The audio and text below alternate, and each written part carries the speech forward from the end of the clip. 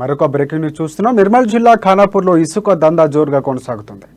సోమారిపేట గ్రామంలో కడెం ప్రాజెక్టు వద్ద ఇసుక మేటలు బారుతూ ఉండగా ఇసుక సురులు అందరికాడికి దోచేస్తున్నారు. అధికార పార్టీ సర్పంచ్ సహా బీఆర్ఎస్ నాయకులే దళారులుగా మారారని తెలుస్తోంది. మంత్రి అండదండలతో ఫేక్ అనుమతి పత్రాలు రెడీ చేస్తూ వేల టన్నుల ఇసుకను పట్టణ ప్రాంతాలకు తరలిస్తున్నారు. కోట్ల విలువ చేసే ఇసుకను కూకటవిలతో పెకిలించేస్తూ కొండలు తలపించేలా డంపింగ్ చేస్తున్నారు. కౌట్లకే గ్రామంలో డబుల్ ఇడ్లను కూడా సాకుగా చూపిస్తూ ఇసుక దందా కొనసాగిస్తున్నారని తెలుస్తోంది. మంత్రి అండదండలతోనే తప్పుడు అనుమతి పత్రాలు సృష్టించి అదేచ్చుగా ఇసుక రవాణా చేస్తున్నారు.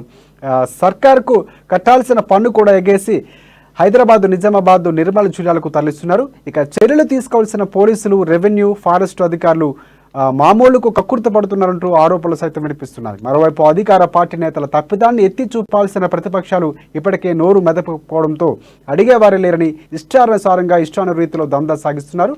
ఇప్పటికైనా ఇసుక దళారులపై చర్యలు తీసుకోవాలని పలువురు డిమాండ్ చేస్తున్నారు.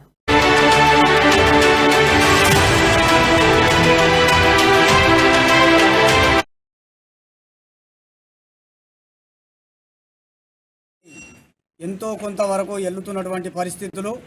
ఆ ఇసుకను ఇక్కడ ఖానాపూర్, కడెం, పెంబి మండలాలకు పేదవాళ్ళు ఇల్లు కట్టుకుంటున్నటువంటి పరిస్థితుల్లో అసలు పేదవాడికి ఎటువంటి ధోని దొరకకుండా, ఎటువంటి ఇసుక దొరకకుండా పెద్దోళ్ళ చేతితో ఉన్నటువంటి అధికార పార్టీ నాయకుల చేతి వాట ఉండి అక్కడ ఉన్నటువంటి నాయకుల ఈ యొక్క అధికార పార్టీ నాయకుల అండతో అక్కడ ఉన్నటువంటి లారీలు పెద్ద పెద్ద లారీలలో ఓవర్లోడ్తో నింపి అక్కడ లోడ్ చేస్తున్నటువంటి పరిస్థితి.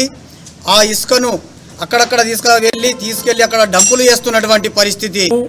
మరి అక్కడ ఉన్నటువంటి పెద్ద వాగులో నుండి ఇది గత కొన్ని సంవత్సరాలుగా ఉసుకే వ్యాపారం జరుగుతుంది.